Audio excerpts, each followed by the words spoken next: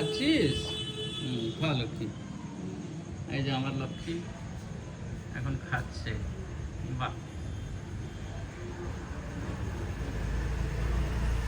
एक जने गए हमारा बुलबुल देखने, दिखाइए नहीं दिया। बोल रहे हैं कि हमारा आँख नहीं है। लक्की खा, है खा के चले जाना, ठीक है।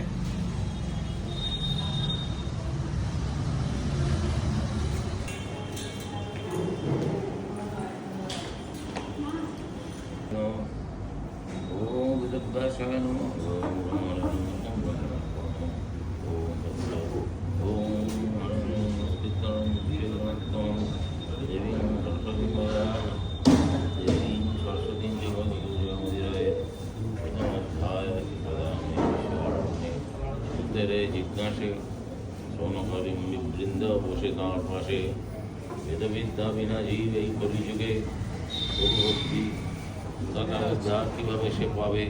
হে মনি প্রথিত এক উপায়, অল্পকালে পুণ্যপ্রাপ্তি বাঞ্ছা পূরণ হয়।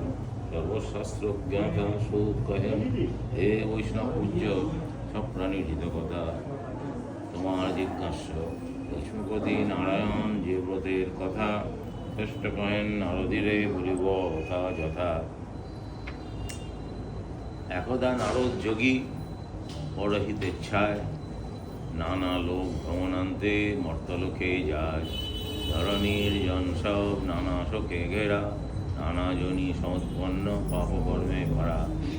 কি উপায়ে প্রভু সব শান্ত হয়, শুনিতে ইচ্ছা হয় করো কৃপা দয়াময়। নারায়ণ কহেন অতি প্রশ্ন যে তোমার, জানাইতে সদারত কি বলিব আর। স্নেহব্রত এক বলিব তোমায়, আচরিলে ভবে সুখ অন্তে মোক্ষ পায়। মনুষ্য যে কোনো দিন শ্রদ্ধা ভক্তিরত, এই ব্রত পালনে তার দুঃখ শোক গত। ধনধান্য বৃদ্ধি তথা সৌভাগ্য লাভ হয়, সন্তান প্রাপ্তি আর সর্বত্র লাভ জয়। ধর্মপরায়ণ মনুষ্য যে কোনো দিনে শ্রদ্ধা ভক্তি রত হয়ে পূজে সত্যনারায়ণে। প্রসন্ন মনে সায়ংকালে পূজায় আয়োজন, বিপ্রবৃন্দ বান্ধবীর সাদর নিমন্ত্রণ। নৈবেদ্য ভক্ষ্যদ্রব্য সভা পরিমাণে, দুগ্ধরম্বা গরুম সরকা তাকে নিবেদনে। গরুম অভাবে শালি করিবে কুড়া, সুপারি সভাগণ্ডা পান রম্ভা ছড়া। শর্করা সবাসের বা ইচ্ছুকুর দিবে, ক্ষীর কিংবা দুধ সহ ভক্তিতে করছিবে। আমার গুণের কথা একাগ্রে শুনিবে, কথা শেষে পূজকেরে দক্ষিণাও দিবে। পূজান্তে বিপ্রগণে অগ্রে প্রসাদ বন্টন, পশ্চাতে ভক্তজন সহ করিবে গ্রহণ। নৃত্য গীত আনন্দ স্তুতি করিয়া বন্দন, গৃহে যাইবে সত্য দেবে করিতে স্মরণ। মনুষ্যের অভীষ্ট সিদ্ধি পূরণ এই ব্রতে, বলিতে না আছে উপায় এই ধরণীতে।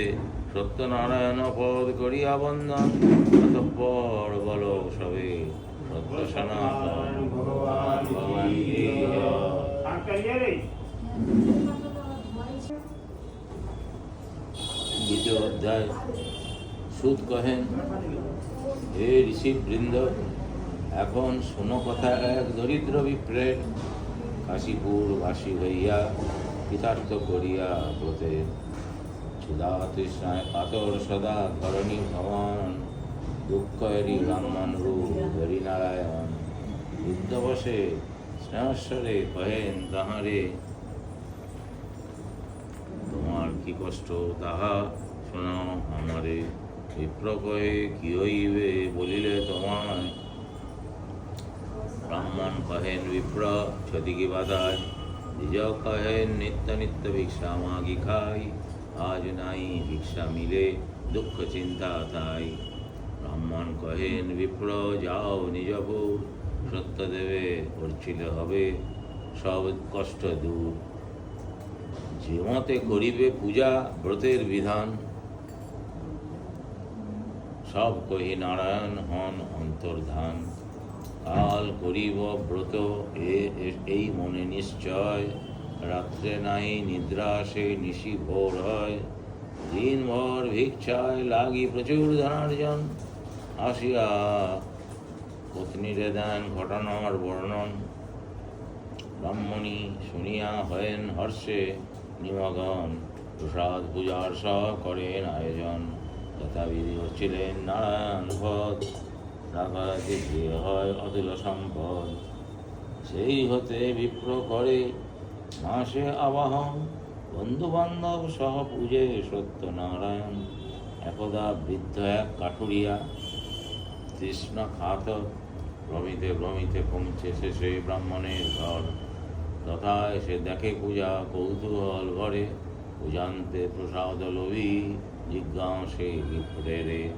এ পূজার বিধান কি কহ বিপ্রবর, ফেরি তার আগ্রহ দ্বিজ বলিতে তৎপর। ব্রতের মানসে বৃদ্ধি কাষ্ঠ ফিরি করে, বহুধন উপার্জিল দুঃখ যায় হরে। গ্রামে ফিরি বলে সবে কাঠুরিয়া গণে, সকলেই ব্যস্ত হয় পূজা আয়োজনে। দুগ্ধ রম্ভা গধুম শর্করা কিছু বাকি নাই, পান সুপারি বলবাতাসা বলিহারি যায়। প্রসাদ করিল তাহারা বিহিত প্রকারে, কষ্ট দূর হইল সব সম্পদ ঘরে ঘরে। সত্যনারায়ণ পদ করিয়া বন্দন, ততঃপর বল সবে সত্যনারায়ণ ভগবান কি জয়। তৃতীয় অধ্যায়। সুত কহেন মুনিবৃন্দে কথা আছে বলিবার, বলবান জিতেন্দ্রিয় সত্যবাদী এক রাজার। প্রতিদিন দেবস্থানে করিয়া গমন, দরিদ্রজনে করিতেন অর্থের বন্টন। উল্কামুখ নাম তার পত্নী কমলবদনা, পত্রশিলা নদী তটে করে উভে আরাধনা। সত্যনারায়ণের পূজা চলিছে যখন, সাধু নামে এক বৈশ্য আসিল তখন।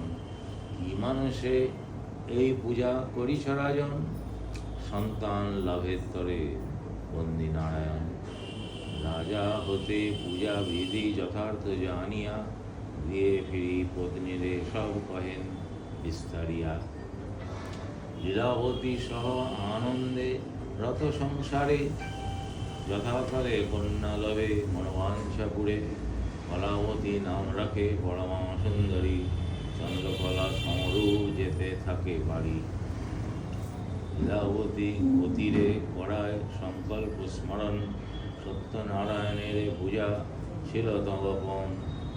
সাধু কহেন কন্যা যবে বিবাহিতায়, প্রতিজ্ঞা করিব আমি জানিবে নিশ্চয়। যথাযোগ্য সুন্দর এক জামাতা পাইল, মহাবশে সত্য দেবের পুজিতে ভুলিল।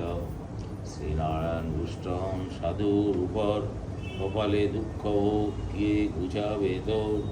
কতকালে সাজাইয়া সাতখানি তরি, জামাতা লইয়া সাধু যায় তারা করি।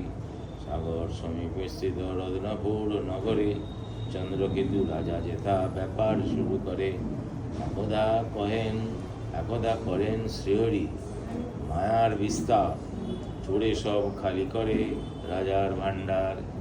সোনাদি লইয়া যবে পালাইতে যায়, রাজদূত ধায় পিছে না দেখি উপায়। বৈশ্য জামাতার পাশে রাখে সব ধন, না জানিল কিছু তারা নিদ্রায় মগন।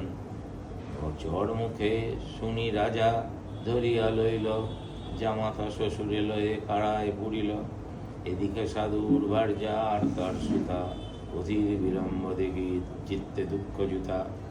সর্বস্ব হইল নষ্ট পড়িল দুঃখেতে, দাসিত্ব করিয়া রহে পরের বিয়েতে। একদিন সাধু সুতা বেড়াইতে গিয়া, আনন্দিতা বিপ্রগৃহে প্রসাদ পাইয়া। শেষ জানিয়া তত্ত্ব করিল কামনা, পিতা পতি উভে গৃহে আসে এ বাসনা। তারপর গেল ঘরে সাধুর তনয়া, সত্যদেবের দায়ে জনমিল দয়া। শ্বশুর জামাতা যেথা বন্দি কারাগারে, স্বপ্নে কন নারায়ণ সেই নরবরে।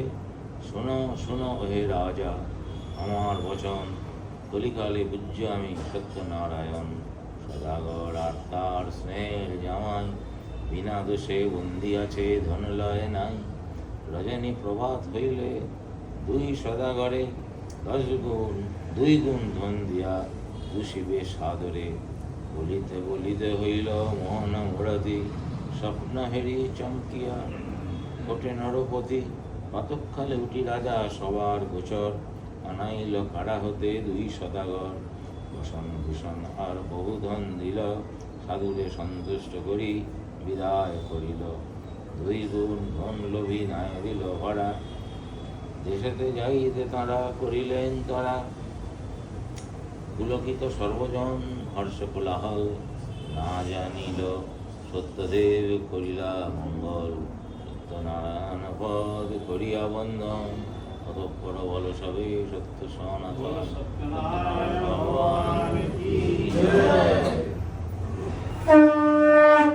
চতুর্থ অধ্যায়। সপ্ততরী ধনে পুরী, প্রিয়ের মানসে জামাতা সহিত সাধু ঘাটে যবে আসে।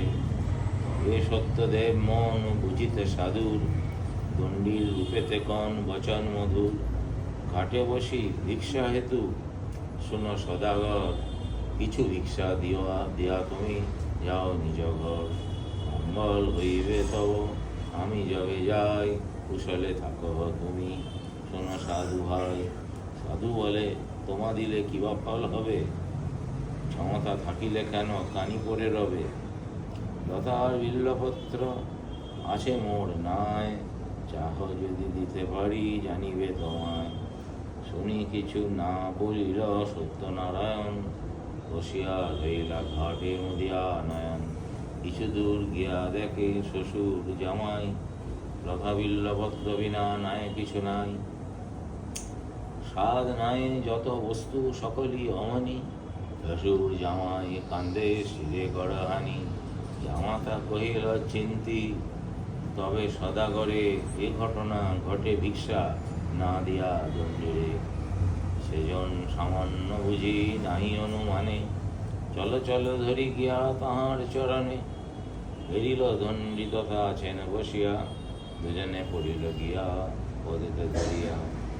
অপরাধ ক্ষমা প্রভু করো এবে দয়া, নারাদন জানি দাও চরণের ছায়া। আসিয়া দণ্ডি চলে, আসিয়া দণ্ডি বলে নাই গিয়া চর। সামান্য ভিখারি আমি পদে কেন ধরো। কান্দিতে কান্দিতে তবে বলে 2 জন, কুকর্ম করেছি ক্ষমা করো নারায়ণ। না করিয়া ব্রত ভুল হয়েছে আমার, অপরাধ হইয়াছে পদেতে তোমার। সবাসের গধূমের নৈবেদ্য দিব গিয়ে, হইলাম সত্যই বলি দাঁড়াইয়ে। সত্যনারায়ণ তবে সদয় হইল, প্রণতি করিয়া সাধু নায়েতে চরিল।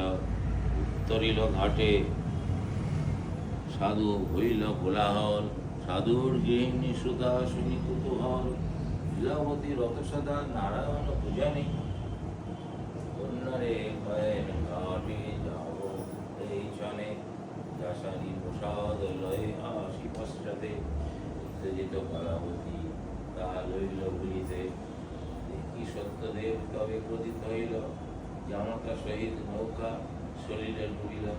তাহা দেখি সাধু করে ঘোর উজ্জ্বলা, আয় আয় অবসর হল কি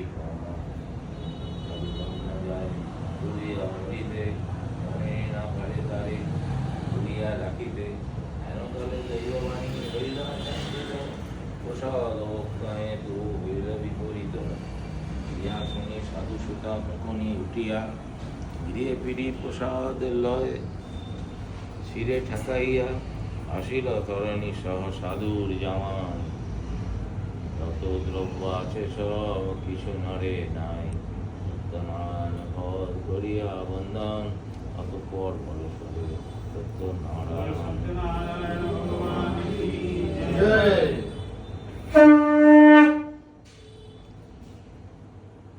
পঞ্চম অধ্যায়। শুদ্ধি কহেন, হে শৌনকাদি মুনিশ্রেষ্ঠগণ, এখন কহিব কথা এক নৃপবর, তুঙ্গধ্বজ নাম প্রজা পালনে তৎপর। একদা হরির প্রসাদ করে অবহেলা, অশেষ দুঃখ লভে মনে তীব্র জ্বালা। একদিন নরাধীর মৃগয়ার শেষে বহু পশু মারি আসে বটবৃক্ষ পাশে। দেখেন তথায় কিছু গোপসজ্জন, বন্ধুসহ ভক্তিতে পূজে সত্য নারায়ণ। অতি অভিমান বশ রাজা না করে দর্শন, না করে তাদের দেওয়া প্রসাদ ভক্ষণ। সুন্দর নগরীতে নিজ করিয়া প্রবেশ, ফেরিলেন সর্বনাশ নাই কিছু শেষ। কারণ অনুমিতে রাজার নাই কষ্ট, প্রসাদ অজ্ঞা হেতু সব কিছু নষ্ট। লোকগণে ক্ষমা মাগি নিকট প্রসাদ যাচিল, অবিলম্বে রাজ ঐশ্বর্য পূর্ববৎ হইল। দীর্ঘ সংসার সুখে রাজা পূর্ণ মনস্কাম, দেহ বিলয়ে ভক্তমান নারায়ণ ধাম। এই মনুষ্য করে সুদুর্লভ ব্রত, ভগবত কৃপালবী হয় ধন ধান্যে যুত। পুত্রার সন্তান প্রাপ্তি নির্ধন হয় ধনী, বন্দির বন্ধন ঘুচে নিজের নির্ভয় মানি। ফলদায়ী এই ব্রত করে যেই জন, তবে সুকলা বন্ধে বৈকুণ্ঠে গমন। শোনা কিছু পুণ্য কথা পূর্ব জন্মে, বুঝিতে ইচ্ছা যাতে জাগে রমাকান্তে। বৃদ্ধ ব্রাহ্মণ সদানন্দ সুদামা হইয়া, সাথী কৃষ্ণের সেবে ধন্য মোক্ষ লইয়া। উল্কামুখ নাম রাজা হয় দশরথ, স্বনাম ধন্য হয়ে পায় বৈকুণ্ঠের পথ।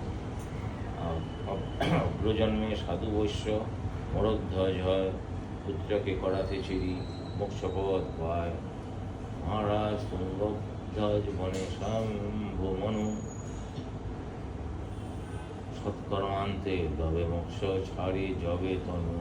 সত্যনারায়ণ পদ করিয়া বন্দন, অতঃপর বল সবে সত্য সনাতন। সত্যনারায়ণ ভগবান কি জয়। সমাপ্ত। 2025 10 महीना 6 तारीख, दिन सोमवार, स्थान सिद्ध योगाश्रम बनारस। कोजागिरी लक्ष्मी पूजा का सत्यनारायण कथा। आश्विन मास व्रत फल। आश्विन महीना में पूर्णिमा का दिवस रात में जो लक्ष्मी पूजा होते हैं उसको कोजागरी लक्ष्मी पूजा कहा जाता है। जो नारी अथवा नार इस पूजा करते हैं उनका घर में राजलक्ष्मी, भाग्यलक्ष्मी, कुललक्ष्मी और जशलक्ष्मी अचल होकर अधिष्ठान करती है। कभी उनका अर्थों का अभाव नहीं होता है। अब व्रत फल का बताया। एक देश में एक राजा थे, उनका एक नियम था, जिसका हाट में कोई सामान विक्रय नहीं होगा वो सब जिनिस उचित मूल्य देकर राजा खरीद कर लेंगे। ये राजा का नियम। एक दिन एक कामार मैंने लोहार एक मूर्ति विक्रय करने के लिए आया, किंतु सुबह से शाम तक वो मूर्ति विक्रय नहीं हुआ। कामार तब राजबाटी का सामने से जाकर कहने लगे, मेरा इस मूर्ति कोई खरीद करेंगे? कोई है ऐसा खरीद करने वाला? राजा वो बात सुनकर उचित मूल्य से उसको खरीद कर लिया। उस दिन राजा हठात रोने का आवाज़ सुनकर शज्या से बिस्तर से बाहर उठ के देखा कि वो रोने का आवाज़ किसी का वो ठाकुर घर से आता है, पूजा घर से।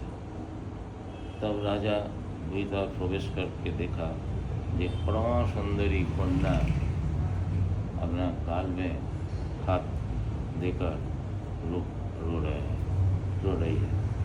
राजा पूछा, माँ तुम कौन हो? इस गंभीर निशा में पूजा घर में बैठ के रोती हो? कन्या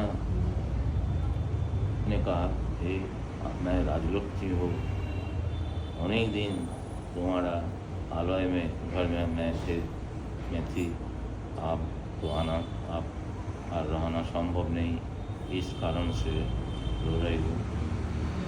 राजा कातर भाव से अत्यंत कातर होकर आर्त होकर कहा, मैं किस दोष में दोषी हूँ माता? राजलक्ष्मी कहा,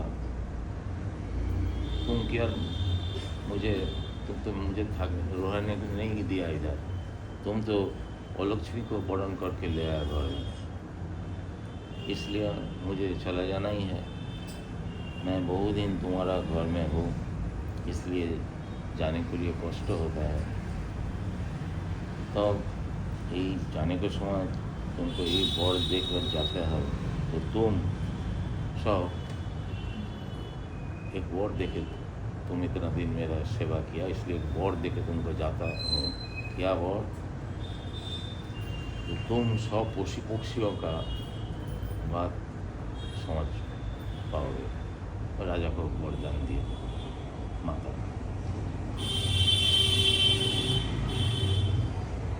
तो इस कहकर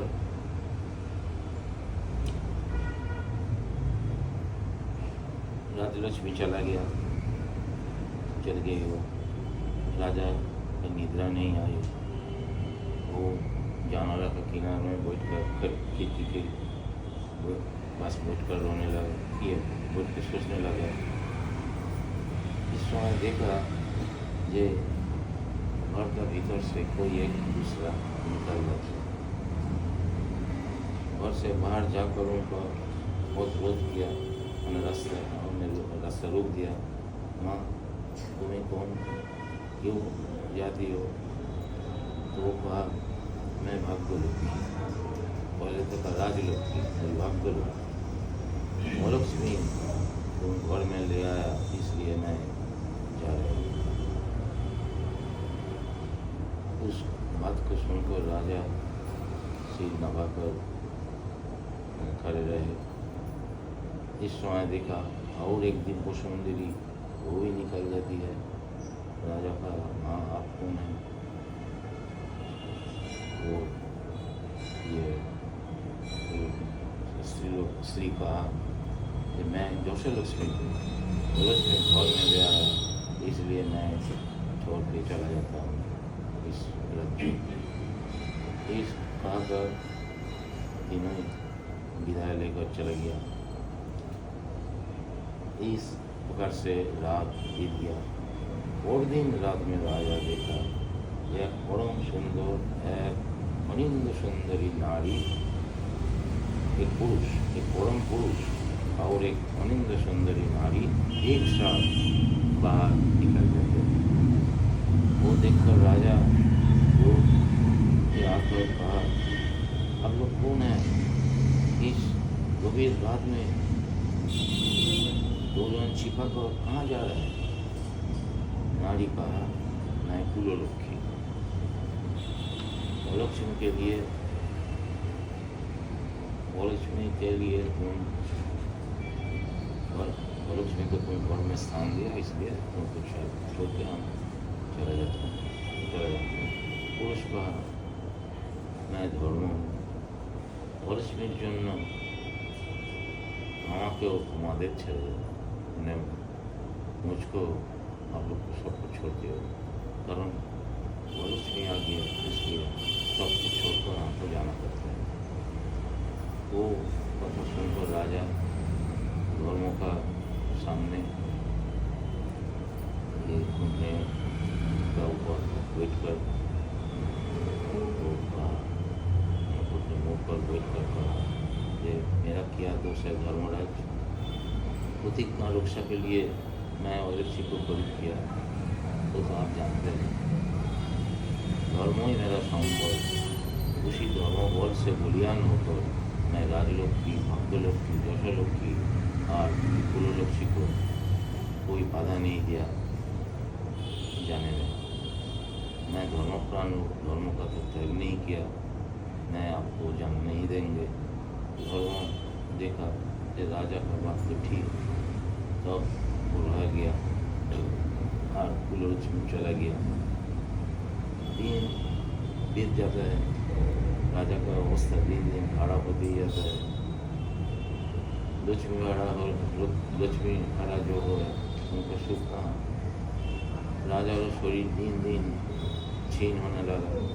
उसी देखकर रानी जी की महा भय उपस्थित हुआ। वो पत्नी कहा कि ऐसा आप जैसा खुद बैठा के राजा को खिलाते थे वो अच्छा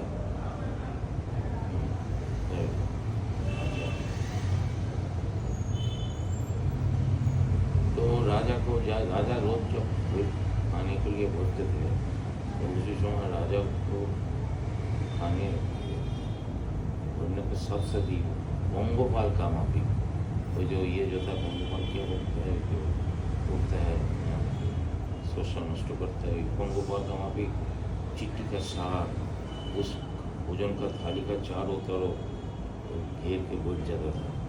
तो कुछ दिन पर राजा का रुचि होने से रानी को कहा मेरा खाने में वो घी मत डालो। तो ऐसा ही हुआ। तो रात में राजा रोज खाने के लिए बोलते थे, रानी परिवेशन करती थी परिस्थिति।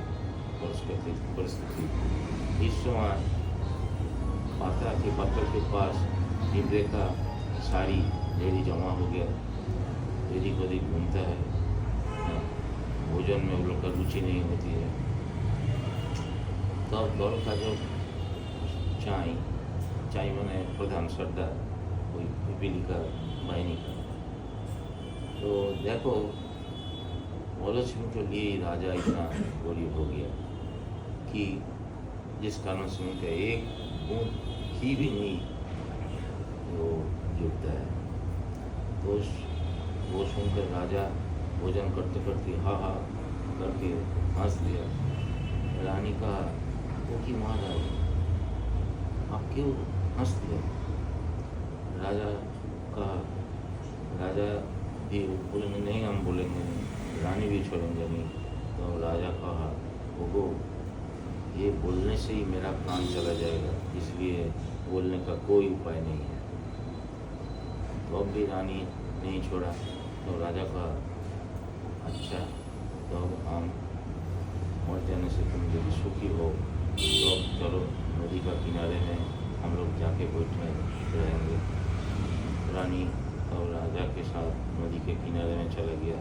राजा कहा तुम तब एकांत में सुनना चाहते हो मेरा मृत्यु जानकर भी? रानी कहा वो होने दो, तब भी मैं सुनूंगी। राजा का बात में रानी का विश्वास नहीं हुआ। जे रानी ऐसे विश्वास नहीं किया जे बोलने से किसी का मृत्यु हो जाएगा। हठात नदी के किनारे में एक सियालनी बोला देखो वो सियालनी सियाल को बोल रहा है, सियालनी उनको बोलता है देखो जल में एक मुर्दा वो बह जाता है, उसका ले आओ, दोनों मन के आनंद से प्राण भर से खाएंगे। सिया कहा मैं तो राजा का माफिक नहीं ये रानी की बात से काम दे देंगे। राजा वो बात सुनकर रानी को उधर छोड़ दिया किनारे में और चला गया अपना राज्य में। और रानी रो कर नदी का किनारे में घूमने लगा। दिन जाए रात जाए वर्ष व्यतीत हो जाता है। इस समय एक दिन संध्या का समय अश्विन मास वो भी पूर्णिमा। नदी के किनारे में घंटा शंख घंटा का शब्द पाकर रानी दूर हो गया। देखा नीली कन्यागण नीले का जो ये होता है पेटो होता है, उसमें लक्ष्मी ठाकुर तैर कर कुल चंदन देकर पूजा करता है। रानी देख कर कहा, आप लोग क्या कौन पूजा कर रहे हैं, किसका पूजा कर रहे हैं? वो लोग रानी का तरफ देख कर कहा, ये पूजा आप जानते नहीं, ये लक्ष्मी पूजा है। ये पूजा करने से लक्ष्मी दूर होता है, महालक्ष्मी का द्वार होती है। रानी यही सुनकर वो लोग को कर से लौंग पिटूरी वो सब लेकर उस प्रकार तैयार कर लक्ष्मी मूर्ति वो लोग के साथ पूजा किया। वो लोग को लक्ष्मी का प्रसाद नारिकेल डाल कर निकली। ऐसा रानी को देकर उसके बाद सब अपना एक प्रसाद लिया। उसके बाद समस्त रात रानी उस स्थान में सबके साथ गाना गाकर रात बिताया गल्पों पर। उधर सुबह होते ही ठाकुर का जो पूजा करता है तो इसका लक्ष्मी था, वो कहाँ जो चला गया वो मन कोई जान नहीं पाया। वो सुहावना से कहाँ चला गया। धर्म आकर राजा को कहा, अपना को अमंगल आपका जो अमंगल वो हट गया, आप तो शीघ्र रानी को लेकर और चला जाइए। लक्ष्मी दूर हो गया। राजा तो अभी साक्षात चतुर्युग का दूल्हा मतलब ये पालकी में रानी को लेकर वो घटा के साथ लक्ष्मी का पूजा किया। देखते देखते भक्तलक्ष्मी, दशलक्ष्मी, राजलक्ष्मी, गृहलक्ष्मी लौट आया। उससे लक्ष्मी पूजा व पूजा बुरी व्रत सर्वत्र प्रचार हुआ। इस लक्ष्मी पूजा करने से कोई व्रती का जो व्रत करता है उनका कोई कष्ट नहीं होता है। तो लक्ष्मी पूजा व पूजा बुरी व्रत समाप्त।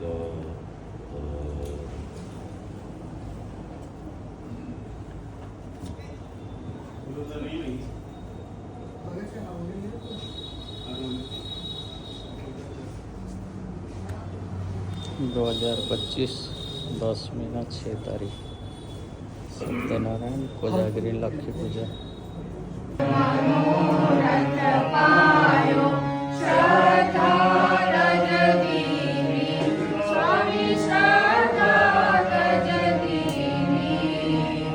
गुरु ब्रह्मा गुरु विष्णु गुरुदेवो महेश्वर गुरु साक्षात् परब्रह्म तस्मै श्री गुरवे नमः। एष प्रचंदन तुलसीपत्र बिल्लपत्र सहित पुष्पांजलि ऐं श्री गुरवे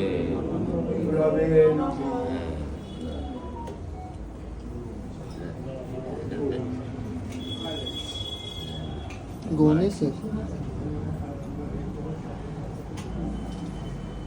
एकदन्तं महाकायं लम्बोदरं गजाननं विघ्ननाश वरं देवं हेरम्बं प्रणमाम्यहम्।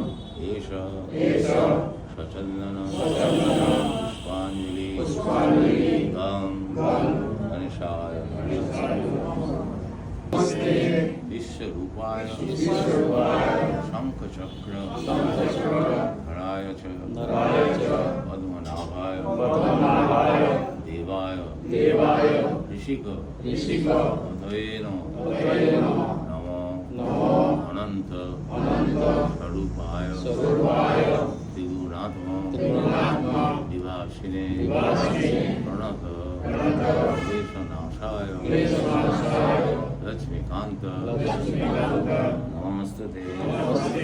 एष सचंदन तुलसीपत्र सहित पुष्पांजलि नमो सत्यनारायण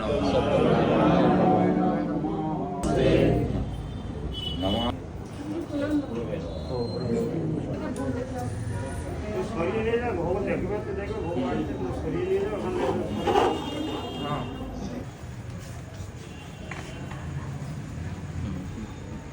জল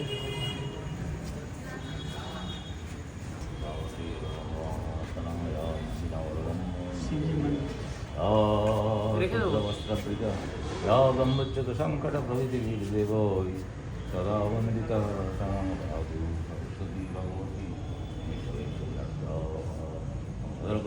नित्यं सरस्वती नमो नमः वेदांत वेदांग महाभागी विद्ये रोचनी ईश्वरी विद्यां देहि नमस्ते शारदे नमस्ते वरदे माँ सरस्वती